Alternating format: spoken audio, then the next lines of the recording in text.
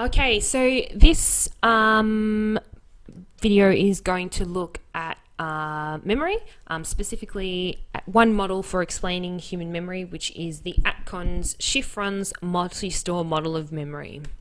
A couple of points we need to know before we start. So we have a nice definition here for what memory is. So memory is an active information processing system that receives, stores, organizes, and recovers information. And there's three processes that we need to know about memory. So we need to know encoding, storage, and retrieval. So encoding is how we convert or change information into a form that our brain can use. Storage is about our ability to retain that information and put that information in our brain somewhere. And retrieval is then our ability to locate or get that information and bring it back into our conscious awareness when needed. And there's a nice little picture here that shows encoding, storage, and retrieval. And we need these 3 points in order for memory to occur. What we're going to look at today is the Atkins and Shiffrons multi-store model of memory. So this is a model of memory that is a way of thinking about how memory works. So, and it says that it consists of multiple memory stores. So this model we're going to look at, it talks about 3 levels or 3 stores that information must pass through in order to be properly encoded, stored, and retrieved. So there's sensory memory, short-term memory, and long-term memory. And we have a nice little picture here that summarizes that information that we're going to work through. All right, so sensory memory.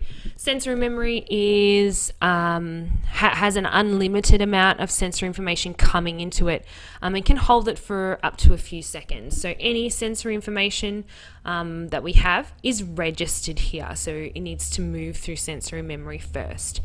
If we have some information coming in here and we attend to it, then it will pass through to the next stage. If we don't attend to it in this stage, then it's not going to move down the line into short-term memory.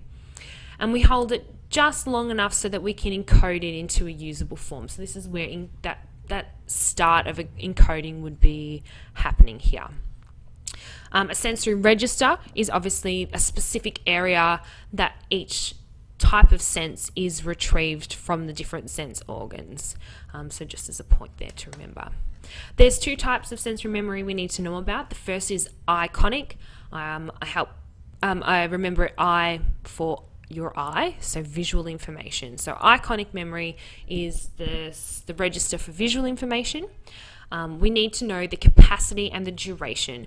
So the capacity is unlimited. It can hold an unlimited amount of information, but the duration is 1/3 to 1/2 of a second.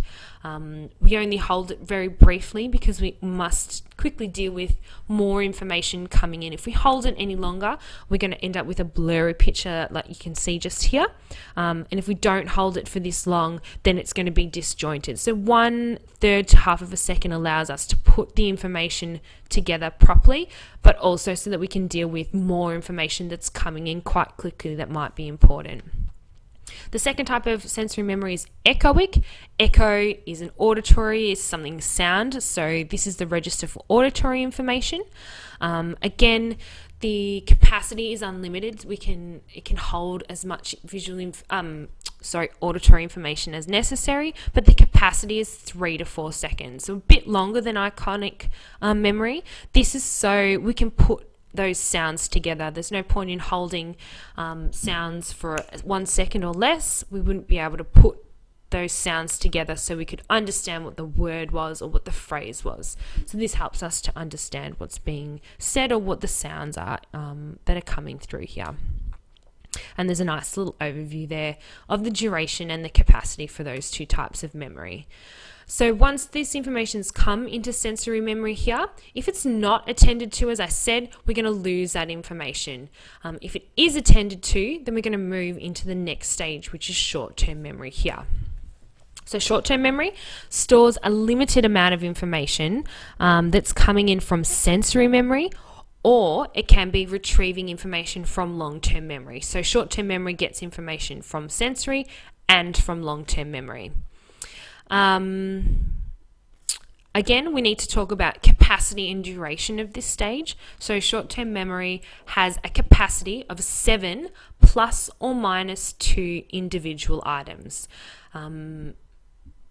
We can't usually hold any more than 7 plus or minus 2, which is 5 to 9 single pieces of information.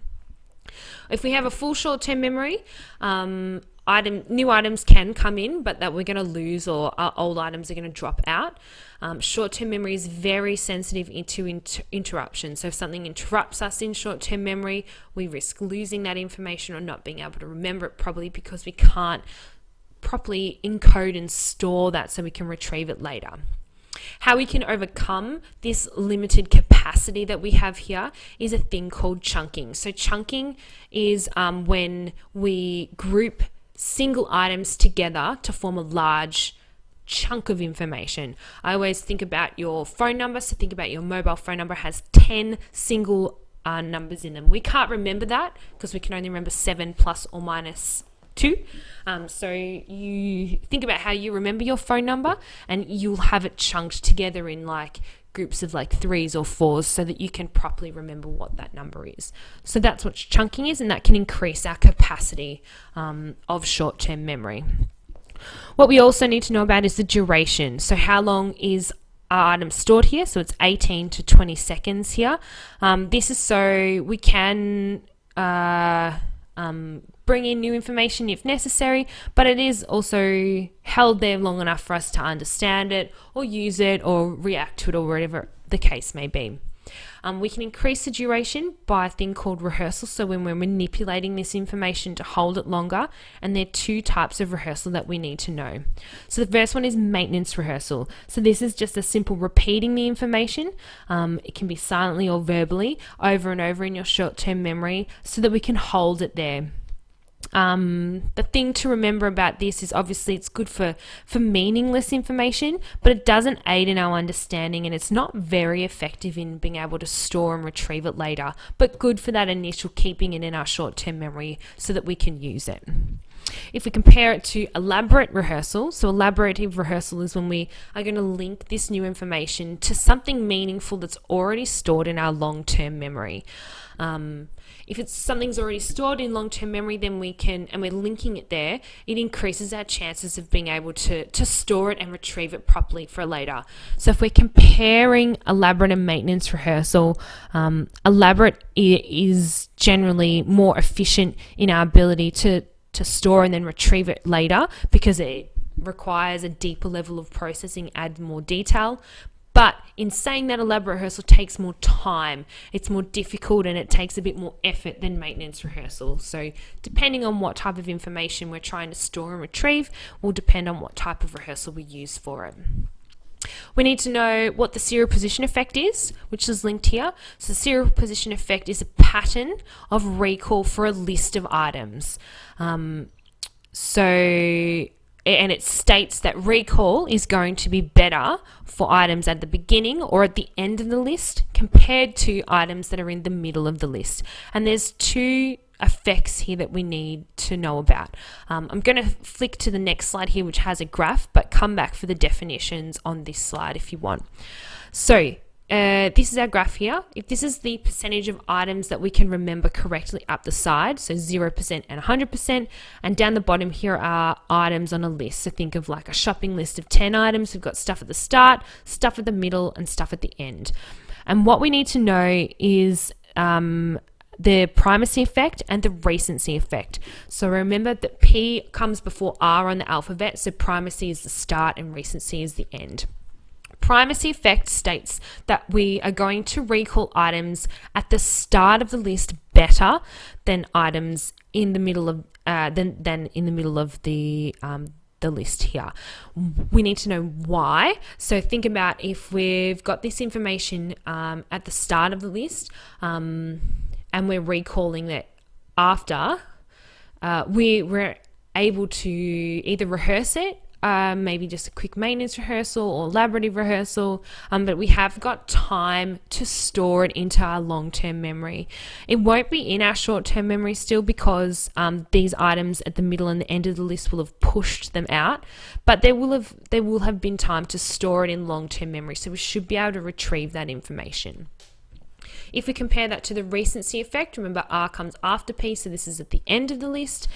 The recency effect states that we remember items at the end of the list better than items in the middle.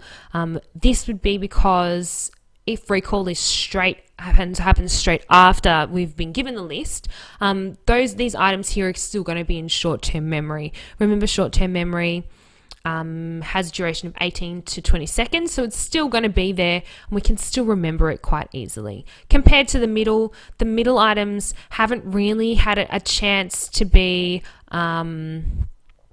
rehearsed like the stuff at the start of the list, so it's not going to be in long-term memory, or it might not have been long enough to put in long-term memory, and probably won't still be in short-term memory because these ones will have sort of like pushed it out. These will be on the way out of short-term memory, so it's sort of like in limbo land, which is why we don't remember the stuff in the middle as well. So that's short-term memory here. And then obviously if we're storing it properly, we're going to move into long-term memory. So long-term memory is relatively permanent, and has an unlimited amount of information or can store. So its duration is lifelong and its capacity is unlimited.